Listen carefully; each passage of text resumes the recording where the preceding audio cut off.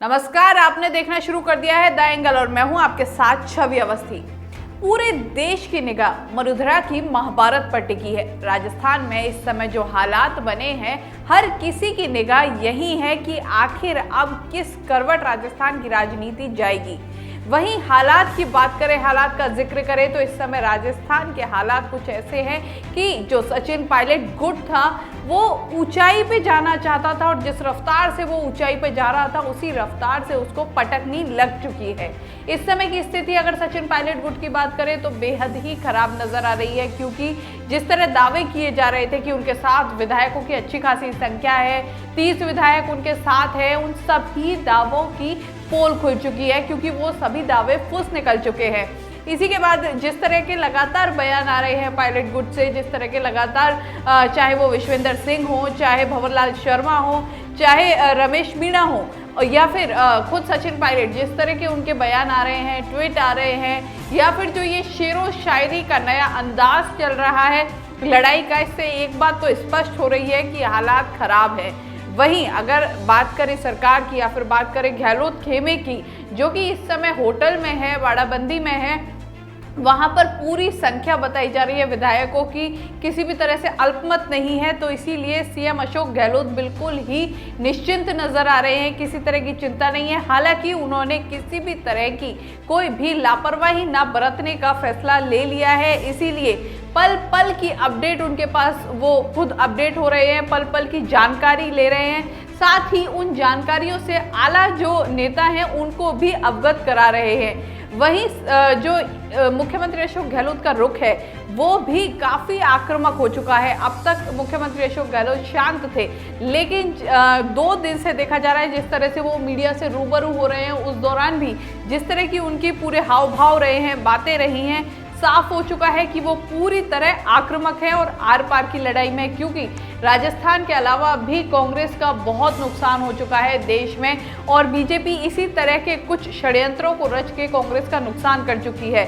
और मुख्यमंत्री अशोक गहलोत कांग्रेस के एक दिग्गज नेता माने जाते हैं, कांग्रेस के लिए निष्ठावान नेता माने जाते हैं, इसलिए शायद इस बार एक आर पार की लड़ाई के मूड में नजर आ रहे हैं सीएम अशोक गहलोत।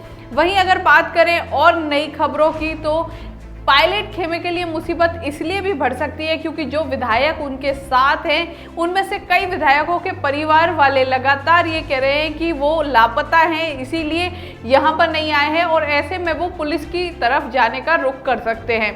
कहा जा रहा है कि उनमें से 2 से 3 विधायक ऐसे हैं जिनके परिवारजन एफआईआर कराने की सोच रहे हैं, क्योंकि उनके जो परिवार का एक सदस्य है वो विधायक है लेकिन वो यहाँ नहीं है, तो वो लापता होने की एक एफआईआर कराने की सोच रहे हैं। अगर ऐसा होता है तो पायलट खेमे की मुसीबतें बढ़ती साफ तौर पे नजर आ रही हैं। वहीं नोटिस का जवाब देने का भी वक्त गुजरता जा रहा है, कल वो नोटिस का जवाब उन्हें देना है, कल दोपहर तक। ऐसे में अगर उनकी तरफ से नोटिस का जवाब नहीं आता है तो भी उनके खिलाफ कार्रवाई होगी। वही सचिन पायलट अब तक ये कह रहे हैं कि वो बीजेपी से संपर्क में नहीं है और वो बीजेपी में नहीं जा रहे हैं, लेकिन ऐसे में सवाल ये खड़ा हो रहा है कि अगर ऐसा है तो वो फिर हरियाणा में बीजेपी की सरकार की आओ भगत क्यों ले रहे हैं, क्यों वहाँ पे वो उनके आओ भगत में होटल में बैठे हुए हैं। अगर ऐसा नहीं है तो वो वापसी, राजस्थान की वापसी क्यों नहीं कर रहे हैं, कई सवाल है। वहीं जो ओवरऑल एक पूरी इस घटनाक्रम को देखें और अभी की सिचुएशन को देखें, उससे स्पष्ट हो रहा है कि गहलोत खेमा पूरी तरह निश्चिंत है।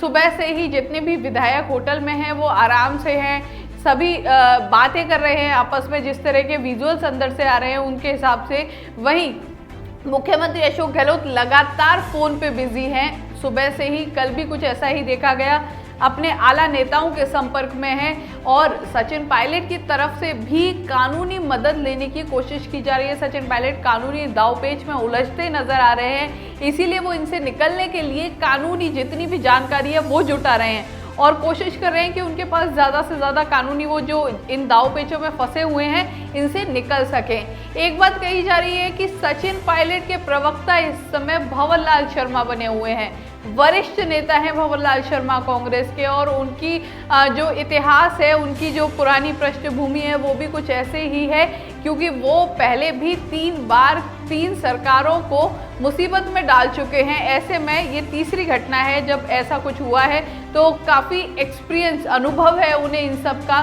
तो कहा जा रहा है कि अगर कोई आला नेता का फ़ोन भी आ रहा है तो सचिन पायलट की जगह भंवर लाल शर्मा ही उन फ़ोन को अटेंड कर रहे हैं और वही बात कर रहे हैं। बयान भी उनके ही आ रहे हैं। वहीं विश्वेंद्र सिंह का बयान लगातार ट्विटर पर सक्रिय है। ट्विटर पर और भी जो नेता वहां उनके खेमे में हैं वो सक्रिय हैं और एक ट्विटर जंग भी चलती नजर आ रही है दोनों के बीच। इधर से अविनाश पांडे ने भी कमेंट किया।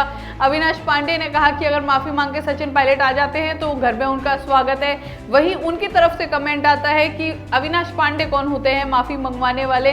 तो एक पूरा घटनाक्रम इसी तरह का चल रहा है। ट्विटर सोशल मीडिया के जरिए आपस में बात हो रही है, लेकिन पूरे घटनाक्रम को देखें तो एक बात स्पष्ट है कि जादूगर ने अपना जादू दिखा दिया है। सीएम अशोक गहलोत ने एक स्पष्ट अपने साथ पूरा उनका बहुमत है।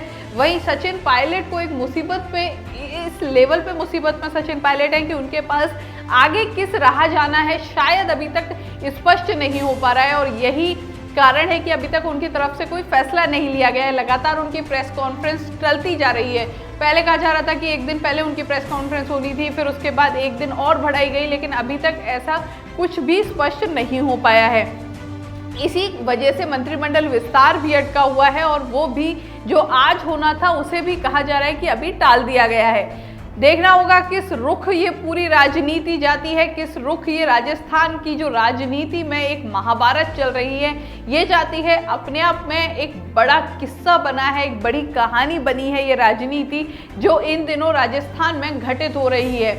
आने वाले सालों में भी इनका शायद इन घटनाओं का जिक्र किया जाएगा, क्योंकि इस तरह का जो एक माहौल बना है वो शायद ही कभी बना हो। लेकिन अब कांग्रेस भी पीछे हटने के मूड में नहीं है, क्योंकि साफ कर चुके हैं राहुल गांधी भी कि अगर किसी को जाना है तो वो जा सकता है, अगर कोई जाता है तो इससे पार्टी मजबूत होती है और नए लोगों के लिए रास्ता खुलता है। इससे स्पष्ट है कि राहुल गांधी झुकने के मूड में नहीं है।